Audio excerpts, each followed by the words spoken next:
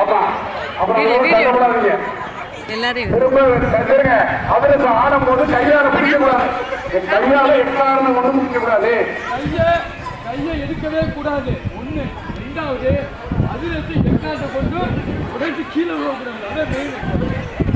இங்கதான் வேணும். புதுசா இங்கடு கீழே விழக்கூடாது.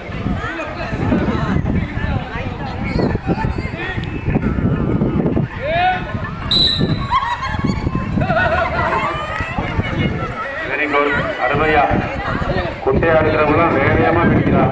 கைய பின்னாடி கட்டல, கைய பின்னாடி கட்டல. இல்ல தொடாம இருந்தாலே ஓகேதான். இருந்தாலும் கைய பின்னாடி இருக்கணும். கைய பின்னாடி இருக்கணும். சாப்பிடுங்க எல்லாரும். எவ்வளவு அருமையா சாப்பிடாம பாருங்க. கை தட்டி அந்த அதிரசம் கீழே விழக்கூடாது. அதிரசம் கூடாது. கைய கட்டி இருந்தா